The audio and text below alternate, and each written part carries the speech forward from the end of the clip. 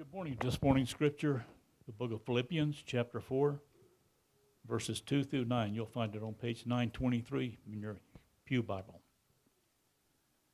I entreat Euodia and I entreat Syntyche to agree in the Lord.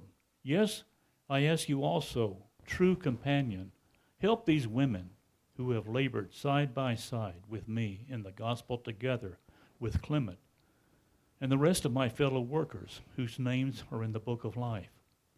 Rejoice in the Lord always. Again, I say, rejoice. Let your reasonableness be known to everyone. The Lord is at hand. Do not be anxious for anything, but in everything, by prayer and supplication, with thanksgiving, let your request be known to God. And the peace of God, which surpasses all understanding, will guard your hearts and your minds in Christ Jesus. Finally, brothers, whatever is true, whatever is honorable, whatever is just, whatever is pure, whatever is lovely, whatever is commendable, if there is any excellence, if there is any worship worthy of praise, think about these things. What you have learned and received and heard and seen in me, practice these things, and the God of peace will be with you. This is God's word, and all the people said, amen.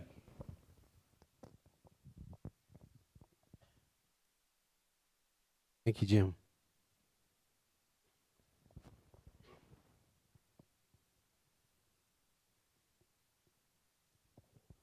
So, when I was growing up, I played a number of different sports. In elementary school, soccer was the game of choice. And in Laramie, Wyoming, in the Laramie Soccer Association, they had you buy these jerseys that were blue on one side and yellow on the other, so that depending on which team you were on, you could just flip it inside out, and then you could use that same jersey throughout elementary school. So my mom, thinking ahead and being the thrifty person that she is, bought a jersey thinking it will last him throughout elementary school. So when I was in 5th grade, it fit perfectly. But when I was in kindergarten, it was down below my knees. It was fantastic. We have some great pictures. Anyway, so elementary school, I played soccer. Then in middle school, I kind of switched to basketball. And I'll never forget, it's still crystal clear in my mind, the day my brother and I mounted a basketball hoop on the roof of our home, 412 South 25th Street, Laramie, Wyoming. I still remembered putting that hoop up there. And I would spend the summers just shooting outside, practicing my jump shot, practicing my layups. I practiced especially my left-handed layups because my dad parked the camper trailer on the right side of the driveway, and so there was no room to drive to the right, which forced me to learn how to go with my left. It was actually pretty helpful. And then at night, we had these lights that we kind of like staked into the ground, and they would shine up on the board, and we would have tournaments with our neighborhood kids into the night. Those were fun times. I don't think the neighbors liked the night games. Then when I got into high school is when I switched to what ended up becoming the sport I was the most proficient at, and that was tennis. So I played tennis throughout high school. It was the one sport that I lettered in high school. And tennis is one of these games where there's a lot of different things, different skills you need to develop. there are a number of things you need to do to be effective. On the forehand, you've got to keep your elbow in. On the volleys, you want to punch the volley. You don't want to swing at it. You want to punch it. And when you're serving, you want your arm to be really loose. A teacher told me to use it like it was a wet noodle, like make it like a wet noodle so that when you swing, it just kind of is like a whip when it hits the ball at the top. So these are all things that you learn to do when you're playing tennis. But there is one thing that if you fail to do, it does not make any difference how good you are at your forehand or your serve or your volleys. If you don't do this one thing, you will lose every time. Today we're continuing in our series called Finding Joy. We as a species, we're good at finding things. Throughout recent history, we've been good at finding vaccines to help with sickness. We've been good at finding energy sources, new energy sources to help power the different things that we need, because we constantly need more power. And we're going to need to continue to, find ways to harness power, especially if Putin keeps, invading places, right? So what we're good at finding ways to harness energy. So we're good at finding things. But the one thing we're not good at, right? The one thing we don't seem to be very proficient at is finding joy. This study that I have referenced throughout this series, a recent one, cites that 1 out of every 3 Americans in the last 2 years has suffered from some form of depression. We're not very good at finding joy. So what we're doing throughout this series, what we've been doing, is exploring how we can find joy. And we've been doing this now, I don't know what number this is, week 7, something like that. And I would refer you, if you missed any of the messages and you find this to be something that maybe you need, you can go to our website, right there, northglenn.thecalvary.org.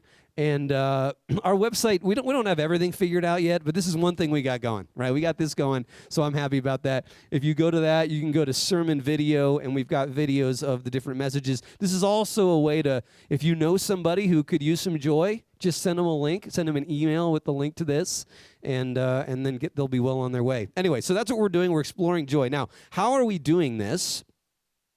Where are we looking for joy? And we're looking at the book of Philippians, this letter from which Jim read, and we've just been going through the book of Philippians. And why have we been going through this book? Because it is dripping with joy. This letter that a man named Paul wrote to the early Christian community in the town of Philippi, and just the first generation of Christians, is dripping with joy. If you were to take the pages of Philippians and wring them out like you would wring out a wet rag, what would drip out of those pages is joy. So we're going through this, and we're just exploring how to find joy. And throughout the series, we've discovered a number of different things. Last week, we discovered the importance of hope. Hope is important for joy, because what hope does is it brings the joy of the future and brings it back into the present. Right at the heart of the Christian faith is a glorious future where God will renew and restore all things. The death and resurrection of Jesus anticipates this day when God will put an end to all pain and suffering and death and restore all things. And so what hope does is it looks to that time of perfect joy, and it brings the joy from the future back into the present. So we explored hope as a way of finding joy. We've seen throughout this series, and we're going to see it again today, that God is the source of all joy. Just like the sun is really the source of virtually all the energy that we harness. It comes to us in a number of different ways, but ultimately finds its way back to the sun. In the same way, God is the source of all of our joy. We've seen that finding joy in others is crucial, that people who tend to have the most joy in their lives are people with lots of friends, lots of friendships, lots of relationships. This is why we're doing Summer Connect.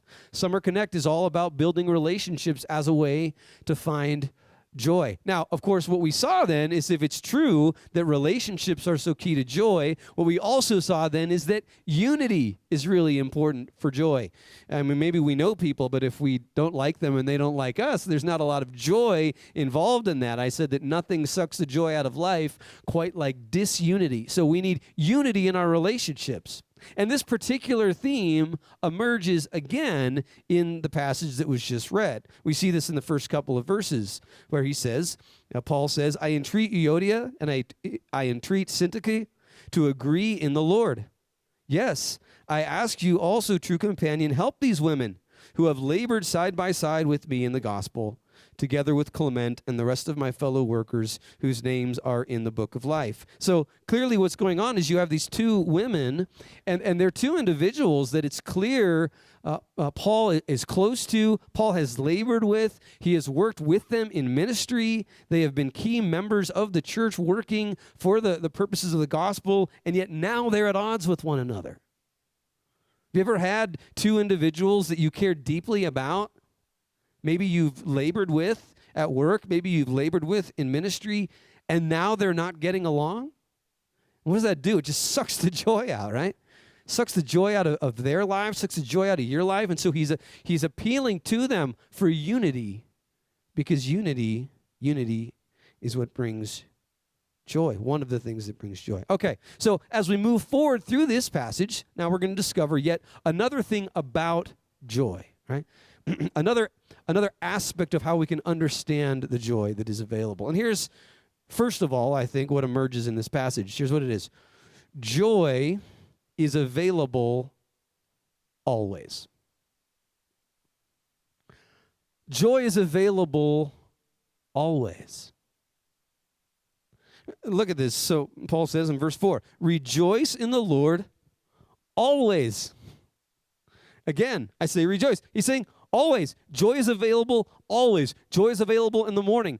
Joy is available in the afternoon. Joy is available at night. Joy is available in the winter, the spring, the summer, the fall. Joy is available when it's snowing outside, when it's rainy, when it's sunny. Joy is available if you're young, if you're old, if you're married, if you're divorced, if you're single, if you're employed, if you're unemployed. Joy is available if you're short, fat, wet, dry, sleepy, awake, healthy, sick. Joy is available always.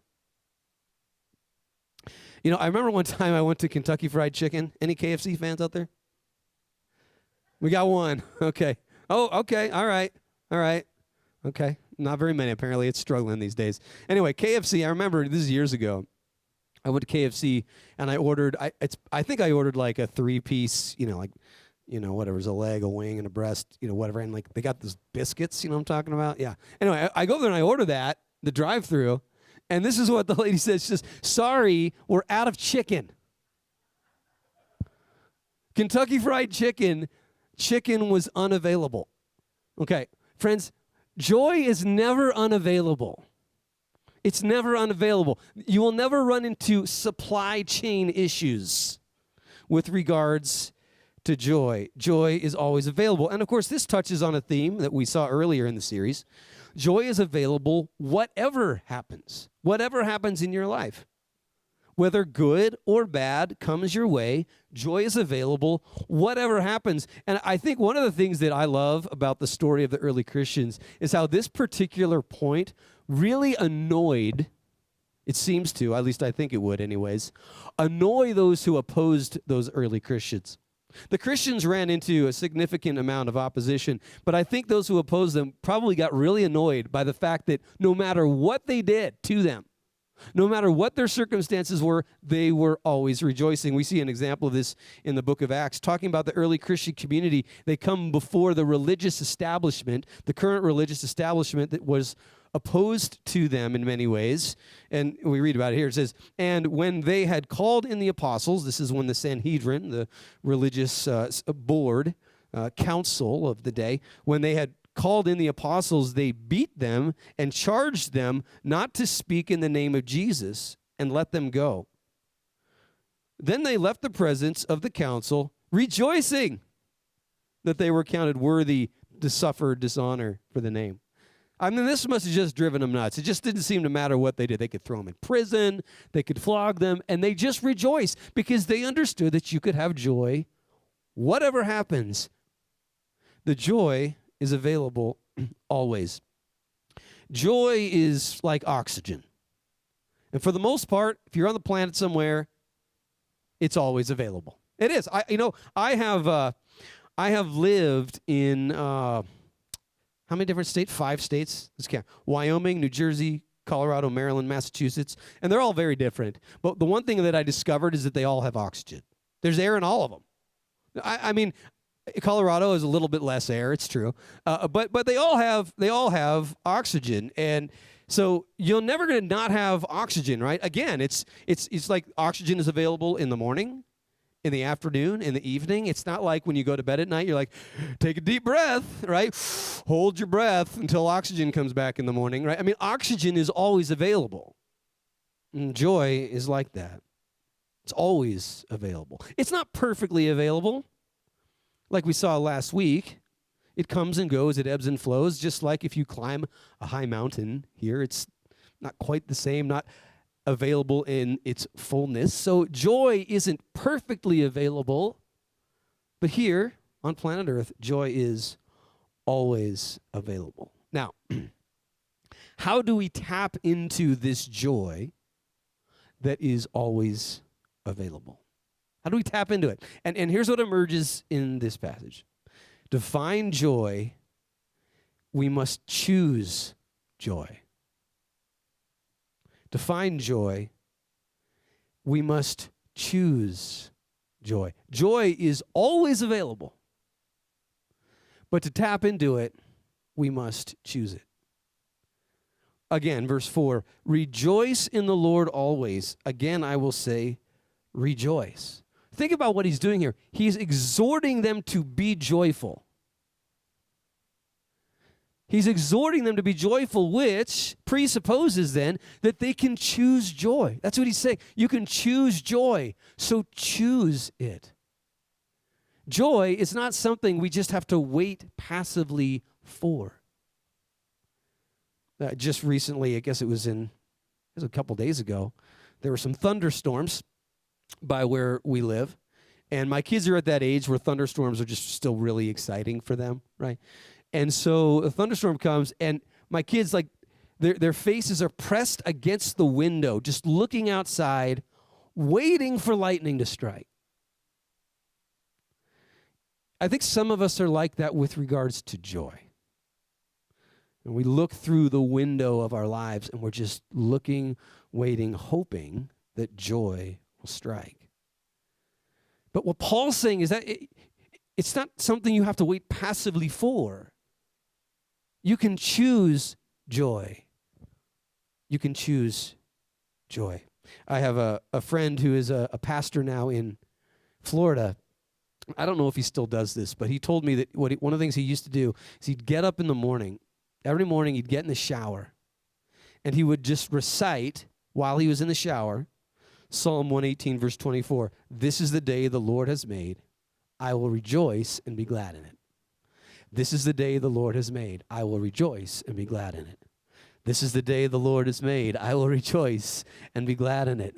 This is the day the Lord has made. I will, just while he's in the shower, and he would just say it over and over and over again until his heart had chosen joy. Joy is something that we choose. Okay, now, how do we choose joy, aside from standing in the shower and reciting Psalm 118:24 over and over again? How do we choose joy? What does that look like?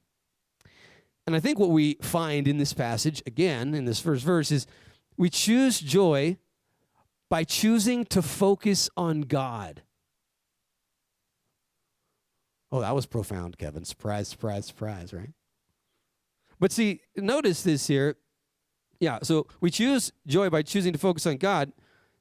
Notice here, it says rejoice in the Lord, right? So verse 4 says rejoice. It doesn't. Paul's not just saying, hey, rejoice. Hey, choose joy.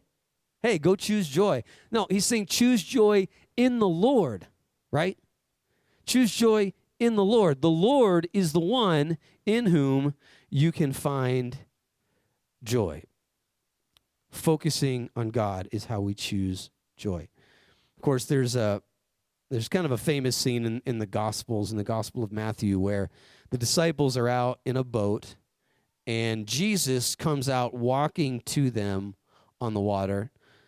Kind of freaks him out a little bit, understandably. And Jesus is like, no, chill out, guys, it's me. Okay, it's me. And so then Peter answers him and says, and Peter answered him, Lord, if it is you, command me to come to you on the water. Jesus, he said, come. So Peter got out of the boat and walked on the water and came to Jesus. But when he saw the wind, he was afraid and began to sink. And he cried out, Lord, save me. Notice what's going on here. As long as he is focused on Jesus, as long as he is focused on the one in whom God has come, as long as he's focused on the Lord, he stays above the water. But as soon as he loses his focus, he begins to sink. And of course, the same thing is true of joy itself. That joy is found staying above the waters of despair. And when we stay focused on God, We stay above the despair, but as soon as we begin to lose focus, we begin to sink into despair. We choose joy by focusing on God. So I mentioned that I played a number of different sports, but ended up with tennis. And I mentioned how there's a lot of different things you have to learn in tennis if you want to be good. You've got to learn to keep your elbow in on the forehand. You've got to learn to punch the volleys instead of swing at them. You want your arm to be like a wet noodle when you serve. Okay, that's all fine. But here's the truth. There's one thing, if you don't do this, it does not matter how good you are at any of that. You know what it is? Focus on the ball. You have to keep your eye on the ball. And I was taught to keep your eye on the ball even before the point starts.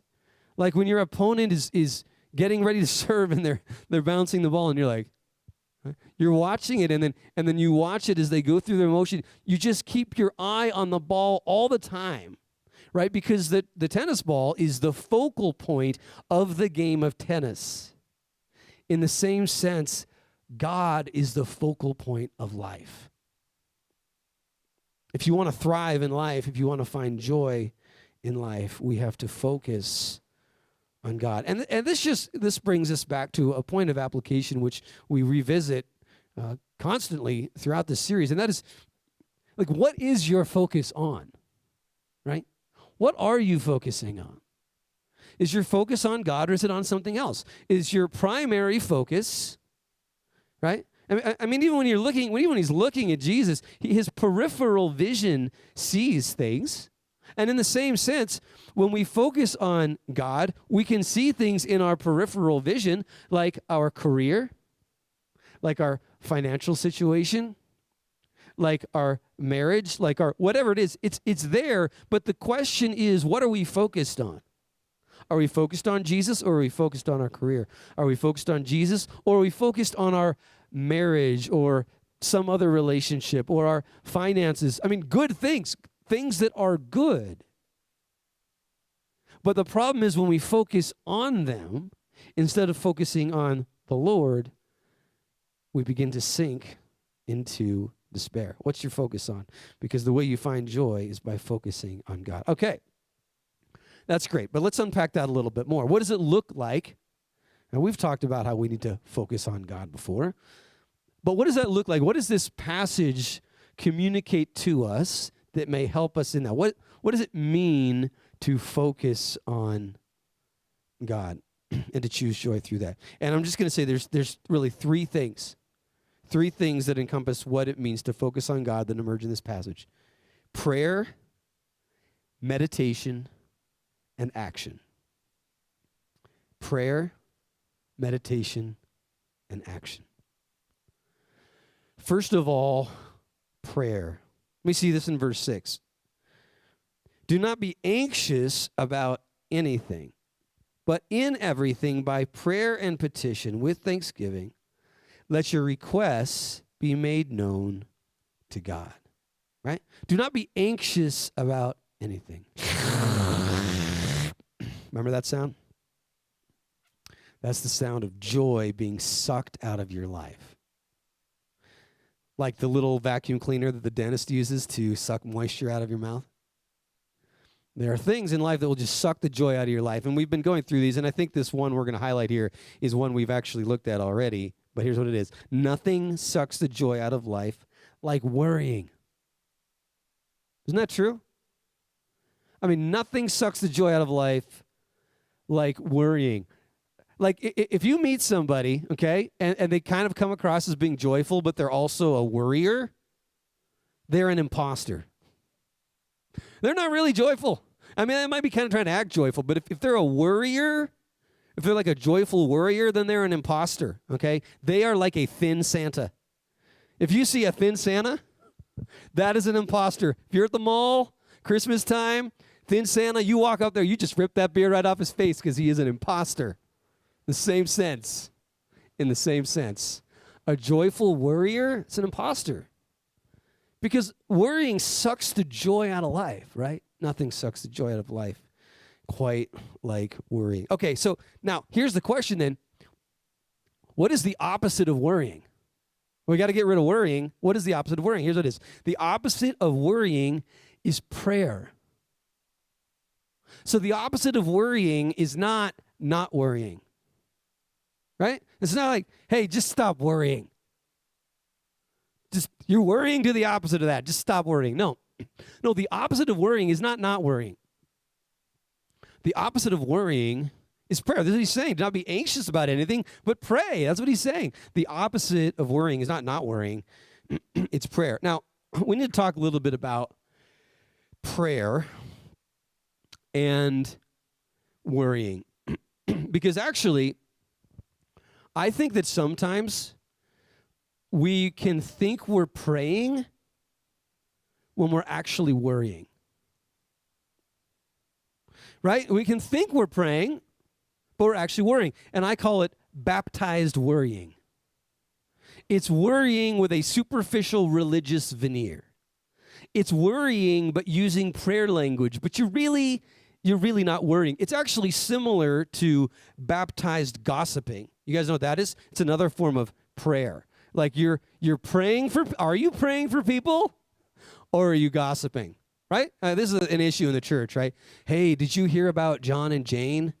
No, what's going on? Oh, their marriage is really struggling. We should pray for them. Oh, what's going on? What's wrong? Well, I don't know. I think he might be seeing somebody else. Oh gosh, we better pray for them. Yeah. Do you know who he's seeing? Right? I mean, are we really praying or is this gossip? Right? It's baptized gossiping. And in the same sense, we can have baptized worrying, where we think we're praying, but we're really just worrying with a superficial religious veneer. Now, here's the reality. What will genuine prayer? See, here's how you know if it's genuine prayer. Genuine prayer will bring a sense of relief, while baptized worrying won't. I mean, if you're really praying, if you're really giving it to God, it will lead to a sense of relief. Now, I'm not saying perfect relief. You know this. We've talked about that. I'm not saying that it will entirely go away. No, as I said, joy is not perfect in this age. But when we genuinely give it to God, there is a sense of relief. Not that you don't need to keep praying, but there should still nonetheless be a sense of relief, right? Because this is, we find in 1 Peter, what are we doing, or what ought we be doing when we're praying? It says here, humble yourselves, therefore, under the mighty hand of God, so that at the proper time he may exalt you, casting all your anxieties on him, because he cares for you. So genuine prayer, as opposed to baptized worrying, is really giving whatever it is that is weighing on you, giving it over to the Lord. Giving it to him, letting him bear that, and you take some relief from that. Again, not perfectly, but genuine prayer will bring a kind of relief. Okay, so how do we choose joy? First of all, we've seen we choose joy through prayer. Secondly, we choose joy through meditation. Meditation. Finally, brothers, whatever is true, whatever is honorable, whatever is just, whatever is pure, whatever is lovely, whatever is commendable. If there's any excellence, if there is anything worthy of praise, think about these things. Right? The key word in that whole sentence, there's think. And the literal word there is a word that means to dwell on. Like dwell on it, live in it. You know, the truth is we are dwellers. We are mental dwellers. Human beings, we're mental dwellers. I think it's one of our advantages, actually, as in the animal kingdom. We think about things. We dwell on things, and that can be really good. And so what we tend to do is we're a little bit like bears in the winter. We find a cave to hibernate in. Our minds just find a thought to just hibernate in, and we just kind of live in that thought. And we just sort of dwell on it, right? So, you know, when somebody says to you, like, hey, don't dwell on it. Don't dwell on it. Okay, well, you know why they're saying that. The problem is we are dwellers. That's naturally what we do, is we dwell. The question is, what are we dwelling on?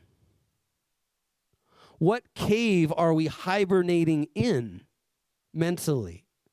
Right? We need to find the right caves to hibernate in mentally. We need to find the right things to dwell on, right? Switching the analogy here a little bit, again, thinking about breathing, okay? Thinking is to the soul what breathing is to the body. Thinking is to the soul what breathing is to the body. And the point here is, like, when you breathe, I mean, it's not just that breathing is good, it's what you breathe, right? What you breathe matters.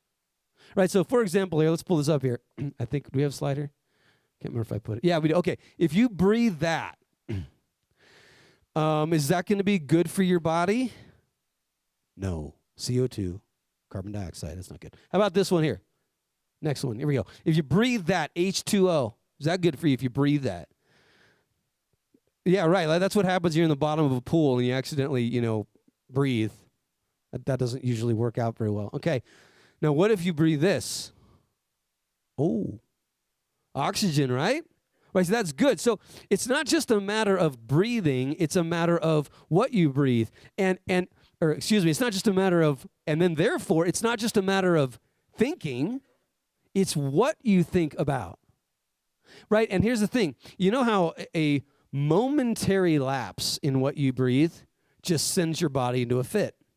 Right? If you're drinking water and the water goes down the wrong pipe, your body just goes into a fit, right? And honestly, the same thing is true of our joy. Mentally, when we even have a momentary lapse in what we are thinking about, it can just steal the joy right out of us. So thinking of what we think about, we dwell on. Meditating is what we need to think about in terms of finding joy. Okay.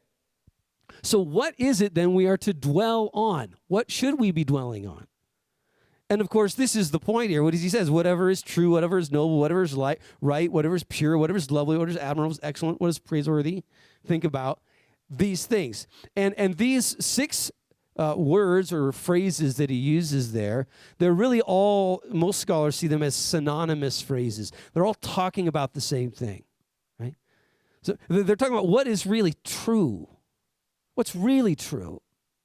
And everything else that's in that list is kind of just sort of summarizing that, right? Now, here's what we need to do. As we think about what is he talking about here, we need to realize and remember what it is that Paul's always talking about. To Paul, what is true and lovely, commendable? What is the most true thing that is out there? And it's so clear for him, it's always the gospel.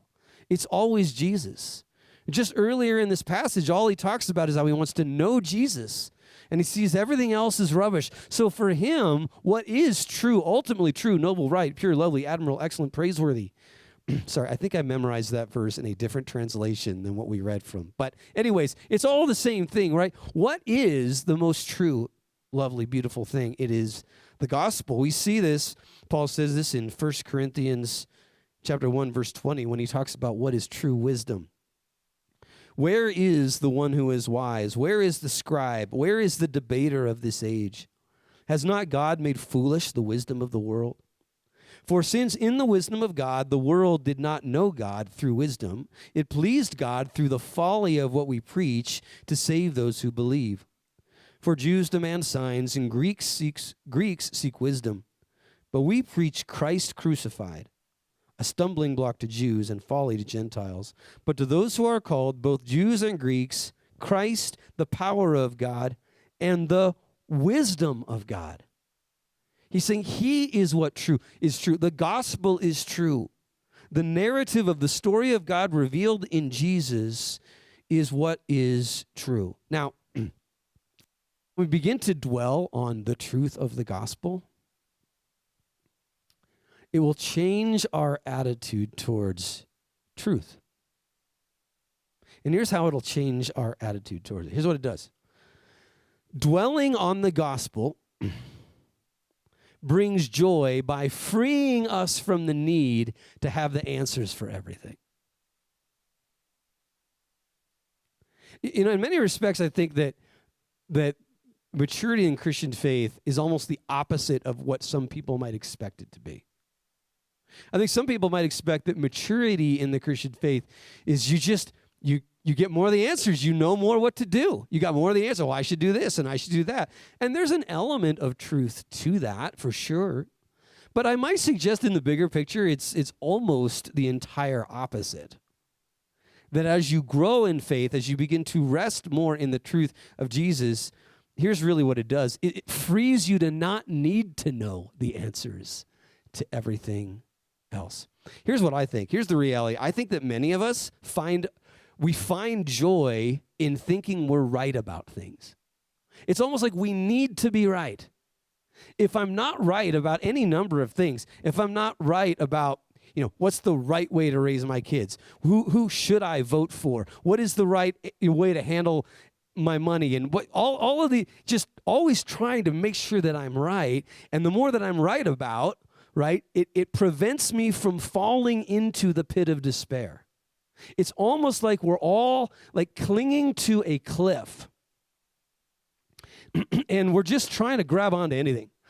A little finger hold here, a little ledge for our foot to go on, a little twig over here to hold on to. And these little things we're trying to hold on to are answers to things.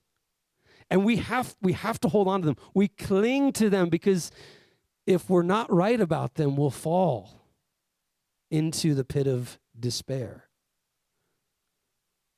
But here's what the gospel does. The gospel then is like a rope that comes and is tied to your harness. And now you're free to let go. And you're free to acknowledge that maybe you didn't have as firm of a grip as you thought you did. You're free to recognize, I'm not sure I was right about that after all. Maybe I wasn't. Maybe somebody else's perspective is something to consider. I've shared this example before. At my previous church in New Jersey, during the election year, we held a class online called Who to Vote For. And we felt like either this thing was going to be awesome, or me and my associate were like, either this is going to be awesome or we're both going to get fired, right? We're like, I don't know. Fortunately, it was awesome. It really was. And we ended up with like 8 people, I think, 8 to 10 people, evenly divided. Okay, you had some on one side of the political spectrum, one on the other. And the class was called Who to Vote For. But the truth was, my goal, actually, and I told them this up front, was actually not to tell them who to vote for. I was actually going to try to help them to realize, actually make them a little less certain. Make them a little less, because here's the truth. The problem was everybody had their mind made up. Nobody was listening to anybody else. In fact, it was causing some division in our church. People were kind of going at it, and it was causing conflict because everybody was totally sure that they were right. And so what I wanted to do is to help them, maybe we can let go from the cliff a little bit, whatever it is that you're holding on to, and let's get our focus on Jesus, because he's the one true thing we can really hold on to. And I think maturity in the faith allows you to let go of these things and to rest on him rather than needing to be right about all these things. What does it mean to meditate on what is true, noble, right, pure, lovely, admirable, excellent, praiseworthy? It means to meditate on Jesus, to focus on him. Another way of saying this is to submit every thought to the reality of the death and resurrection of Jesus.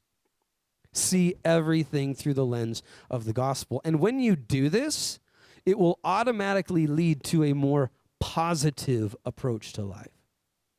It automatically will. No matter what it is, when you see it in the light of the gospel and the hope of what God will do, no matter how bad things are, it will automatically lead to a positivity, right? And as I've said before, when I talk about the power of positive thinking, I'm not just talking about, hey, I'm just going to choose to see the world differently. I'm just going to put on rose-colored glasses. What the gospel is saying is the world is different.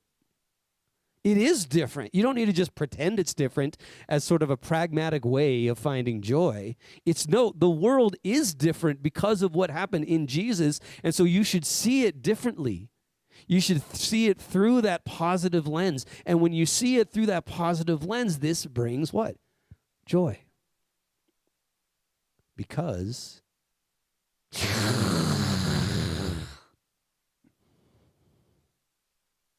Nothing sucks the joy out of life like negativity. Isn't that true? Isn't that true? When we just dwell on negative thoughts, just sucks the joy out. I remember I was at a wedding once, and the reception, I can't remember if I've shared this or not, but at the reception, the best man was giving his speech, best man speech, a toast to the bride and the groom. You know, he's got his glass up, and he starts talking about his relationship with the couple, and honestly, he said a few things that were already like, this is a little inappropriate. Honestly, I think he'd had a few too many. And so anyway, this guy, he's just kind of talking, and it gets to the end of his speech, and this is literally what he says. He goes, well, let's make a toast to, John and Jane Doe. I just hope this whole thing doesn't turn out to be one great big disaster. I'm not kidding. That's what he said. And we're all like, do we toast to that? I mean, it was so like, just talk about joy being sucked out of the room. Now, here's the thing. You notice how we all kind of laugh at that? I think we laugh because it's a coping mechanism for the fact that we realize deep down inside we're all a little bit like that guy. I mean, maybe we have a little more restraint. We're not Debbie Downer ruining every wedding reception. Now, we show some restraint, but there's an element of truth to us that we have a tendency to dwell on what is negative, right? I mean, honestly, how many of us right now, there is joy being sucked out of our lives because we are dwelling we're dwelling in the cave of jealousy. We just keep thinking about somebody else's life and kind of how we wish we had that life. How many of us, joy is being sucked out of our lives because we are dwelling in the cave of bitterness? We're just dwelling on how somebody hurt us in the past, and we just sit in that. And it just sucks the joy right out of our lives. How many of us are just dwelling in caves of negativity, and it's sucking the joy out of our lives? I mean, how do we find joy? We meditate on what is true. We meditate on the gospel. We see everything in the light of that. We think about that. We dwell on that. And that brings joy. What does it look like to rejoice in the Lord? Prayer, meditation, and finally, action. We choose joy through action. Verse 9, what you have learned and received and heard and seen in me, practice these things, and the God of peace will be with you. Now, there he highlights peace, but it's, peace and joy. They're tied together. He's saying, put these things into practice. Paul, remember, what Paul's saying is follow me. Paul, the one who wrote Philippians, the book that's dripping with joy. Why is it dripping with joy? Because Paul's life was dripping with joy. And he's saying, follow me. Live as I live. Act as I act, and you will find joy. And what he's really saying, he says this elsewhere, is follow me as I follow Christ. Live as I live, as I'm seeking to live as Christ does. In the Gospel of John, there is a passage that it's really one of my favorite passages in all of the Bible. Jesus is with the disciples for the Last Supper, and he sits down with them, and he begins to think. Just contemplate this. This is what it says here in John chapter 13. Jesus, knowing that the Father had given all things into his hands, and that he had come from God and was going back to God, rose from supper. He laid aside his outer garments, and taking a towel, tied it around his waist. Then he poured water into a basin and began to wash the disciples' feet and to wipe them with the towel that was wrapped around him. Okay, what I love about this is this unbelievable juxtaposition that occurs in these verses here. In the first verse, it's talking about, what is he doing? He's contemplating the power that he has. He has power. It says he's been given all things, okay? Power over all things. And I want you to think about that for a moment, because I can imagine imagine the President of the United States every once in a while just kind of waking up and just sort of thinking about the power that he has been granted. Pretty significant power. I'm sure every president does this. This is why they always want to hold on to their power, right? So they just contemplating their power. This is what he's doing, okay? But the power that he has is over everything. He has power over all nations. He has power over gravity. He has power over the weather. He has power to kill, the power to save. I mean, he has power over everything. Just think about it. He's just sitting there contemplating this tremendous power that he has. And then in light of that power, that contemplation, what does he do? That's what I love about it. He rose from supper, laid aside his outer garments, and taking a towel, tied it around his waist. Then he poured water into a basin and began to wash the disciples' feet. He lays it all down and becomes a servant.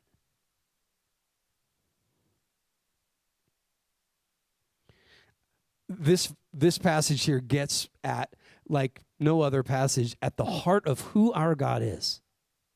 A God who has complete power over all things, but uses it not for himself, but for us. Lays it down as a servant. Now, that wasn't even my point. I was preparing for where I'm going with this now. So then just a little bit later, a few verses later, Jesus says to the disciples after he's washed their feet, he says, "You call me teacher and Lord, and you are right, for so I am. If I then, your teacher and Lord, have washed your feet, you ought to wash one another's feet. For I have given you an example that you should do just as I have done to you. Truly, truly, I say to you, a servant is not greater than his master, nor is a messenger greater than the one who sent him." And then here it is. "If you know these things, blessed are you if you do them." Happy. That's what blessed means. Happy, joyful. He's saying, if you follow me, if you put into action, if you do what I do, which is lay down my life for others, give as a servant, this will lead to joy. Friends, how do we find joy? We choose joy in the Lord. We choose joy in the Lord through prayer, meditation, and action. We now come to our time of communion.